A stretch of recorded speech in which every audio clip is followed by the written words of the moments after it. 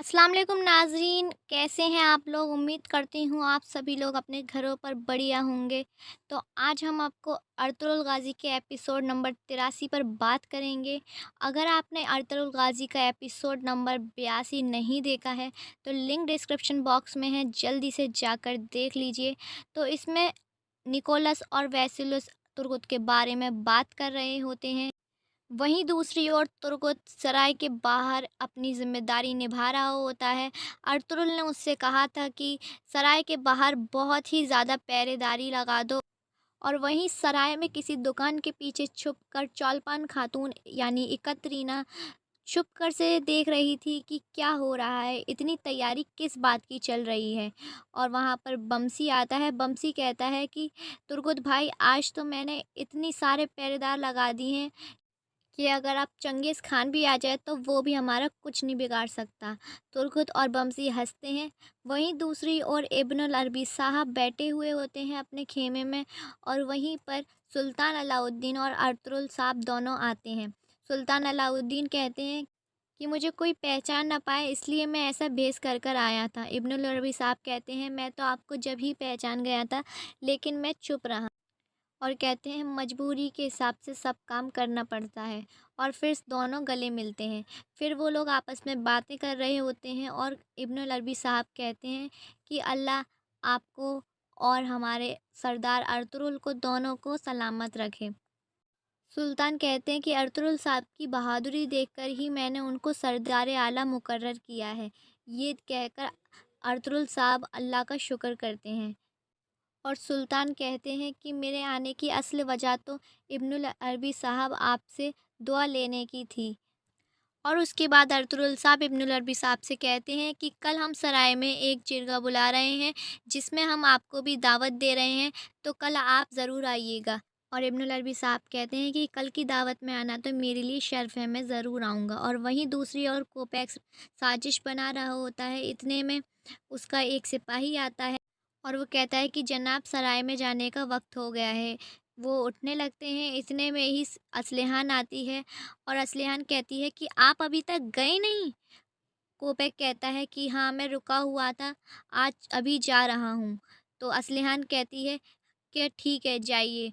वो कहता है कि तुम मुझे रोकोगी नहीं? उसने कि नहीं, आपको काम है, आप जाइए। वो कहने लगा कि आप मुझसे शादी कर लेना असलिहान। वो कहती है मैं अब शादी नहीं करूँगी, मैंने जो भी पहले किया था और जिस पर मैं राज़ी हुई थी वो सब मेरी मजबूरी थी, और अब मैं अपने कबीले को नहीं छोड़ के जाऊँगी, और मुझे आपसे कोई मोहब्बत नहीं है। इसी बात को सुनकर कोपैक को बहुत ही गुस्सा आ जाता है, और वो कहता है तुम एक औरत होकर कुछ नहीं कर सकती। और ये कहकर असलिहान से लड़कर गुस्से में वो चला जाता है। और वहीं दूसरी ओर सुल्तान अलाउद्दीन इब्नुल अरबी साहब और अर्तुगरुल साहब आपस में बातें कर रहे होते हैं। इतने में अब्दुर्रहमान आ जाता है, और वो कहता है कि कोपैक आप सभी का इंतज़ार कर रहा है, बाहर चलिए। इतने में फिर सभी लोग उठकर बाहर चले जाते हैं, और उधर बाहर कोपैक इंतज़ार कर रहा होता है। इतने में वो अपने एक सिपाही से कहता है कि चाहे कुछ हो जाए, तुम सराय पर कड़ी नज़र रखना, और मुझे एक-एक बात से आगाह करना। इतने में अर्तुगरुल साहब और सुल्तान अलाउद्दीन आ जाते हैं, और वहाँ पर असलिहान होती हैं। और फिर असलिहान से अर्तुगरुल साहब कहते हैं कि कल सराय में एक बड़ा जिरगा बुलाया जा रहा है, उसमें तुम्हें आना लाज़मी है। असलिहान कहती हैं कि मैं कुछ भी कर सकती हूँ, अपने भाई का इंतकाम मुझे लेना है, और उन्होंने मुझसे कहा कि तुम इस कबीले की सरदार हो मेरे बाद, और जब तक सरदार मुकर्रर नहीं हो जाता तब तक के लिए मैं अपनी सरदारी निभाऊंगी। और ये सुनकर कोपैक गुस्से में कहता है कि बस जब तक करना, जब तक कि सरदार मुकर्रर नहीं हो जाता। ये सुनकर असलिहान को गुस्सा आ जाता है, और असलिहान कहती है कि मैं सरदार रहूं या न रहूं, लेकिन तब भी मैं इस कबीले में ही अपने आगे की ज़िंदगी गुजारूंगी। और फिर कोपैक उसको आँखें दिखाने लगता है। इतने में सुल्तान अलाउद्दीन असलिहान से कहते हैं कि जब तक आप जैसी ख़वातीनें यहाँ पर मौजूद हैं, जब तक हमें कोई भी नहीं हरा सकता। असलिहान शुक्रिया कहती हैं, और कोपैक देखकर जलने लगता है कि सुल्तान अलाउद्दीन ने असलिहान की तारीफ़ कर दी। इतनी बातें हो जाने के बाद कबीले से कोपैक, सुल्तान अलाउद्दीन और अर्तुगरुल साहब सारे सराय की तरफ जाने लगते हैं।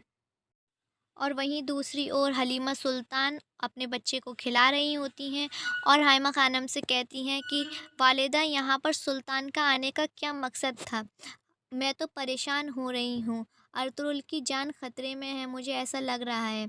वालिदा कहती हैं कि नहीं बेटी, ऐसा कुछ नहीं है और तुम हौसला रखो, कोई ना कोई तो बात होगी तभी सुल्तान यहाँ पर आए हैं। ये सुनकर हलीमा सुल्तान थोड़ा चुप होती हैं और हाइमा खानम उनको दिलासा देती हैं। और वहीं दूसरी ओर वेसुलस और निकोलस शतरंज खेल रहे होते हैं और कह रहे होते हैं आपस में कि पता नहीं एकत्रीना ने वहाँ पर क्या देखा होगा और क्या कर रही होगी। उराल भले ही मर गया, लेकिन एकत्रीना की कोख में उसका बच्चा दे गया है, जो कि हमारे बाद में काम में आएगा। उराल ने कम से कम एक काम तो अच्छा किया। ये बातें कर रहे होते हैं। वहीं दूसरी ओर सराय में एकत्रीना नज़र रखी होती है और इतनी ही देर में आ जाते हैं सुल्तान अलाउद्दीन और अर्तुगरुल साहब और कोपैक, दोनों बहुत ही अच्छी एंट्री में आते हैं। ये देखकर एकत्रीना बिल्कुल समझ जाती है कि ये तो सुल्तान ही है, क्योंकि उसने पहले भी सुल्तान को देख लिया था। अर्तुगरुल साहब तुर्गुत से और सिपाहियों से कहते हैं कि हिफाजत में कोई भी कमी न रह जाए, वरना उसकी माफ़ी किसी को भी नहीं मिलेगी। ये सब देखने के बाद एकत्रीना बहुत ही ज़्यादा खुश हो जाती है और वो किले की ओर वापस लौट जाती है। उसके बाद कोपैक और सुल्तान अलाउद्दीन आपस में बातें कर रहे होते हैं और आर्तुक साहब आ जाते हैं। वो बताते हैं कि यहाँ आपने जैसा कहा था हमने बिल्कुल वैसे ही किया है, बहुत ही ज़्यादा हिफाजत कर दी है। ये सुनकर सभी लोग खुश हो जाते हैं, लेकिन आर्तुक भाई को अभी पता नहीं था कि ये सुल्तान अलाउद्दीन ही हैं। उसके बाद सुल्तान अलाउद्दीन के पास एक पैगाम आता है। ये सुनकर वो कह देते हैं कि किले के बारे में हम शाम के खाने में बात करेंगे, अभी नहीं। ये कहकर वो कमरे की ओर चले जाते हैं और अर्तुगरुल साहब और कोपैक बचते हैं, तो वो आपस में बात करने लगते हैं। कोपैक कहता है कि तुम्हारी तो कोई औकात ही नहीं थी कि तुम यहाँ पर सरदार आला बन जाओ। अर्तुगरुल साहब कहते हैं कि मुझे मालूम है कि तुम बहुत ही ज़्यादा जल रहे हो, लेकिन सुल्तान अलाउद्दीन ने कुछ सोचकर ही मुझे बनाया होगा, तो तुम जलो मत। कोपैक कहता है कि तुमने असलिहान को तो इतना ज़्यादा भड़का दिया है कि वो मेरी कोई औकात ही नहीं समझती और उसने मुझे शादी से इनकार कर दिया है।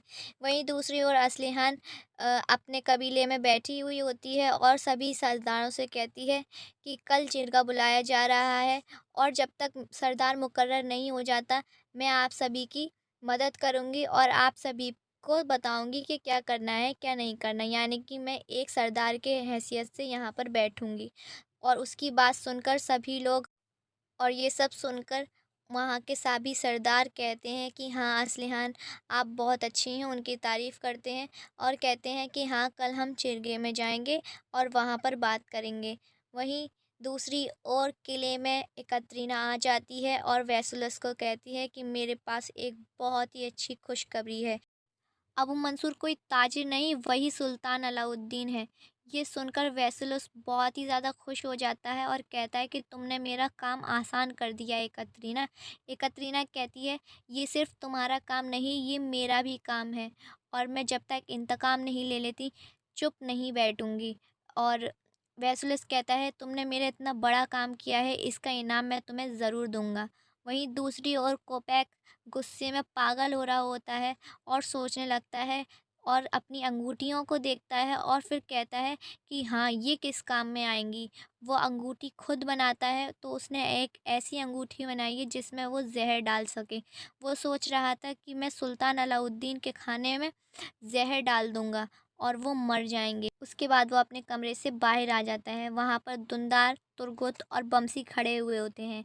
वो उनसे पूछता है कि अर्तुगरुल साहब कहाँ हैं और पता नहीं क्या कह देता है, जिससे कि तुर्गुत उससे एक ऐसी बात कहता है जिससे वो वहाँ टिक नहीं पाता और वहाँ से जल्दी से भाग जाता है।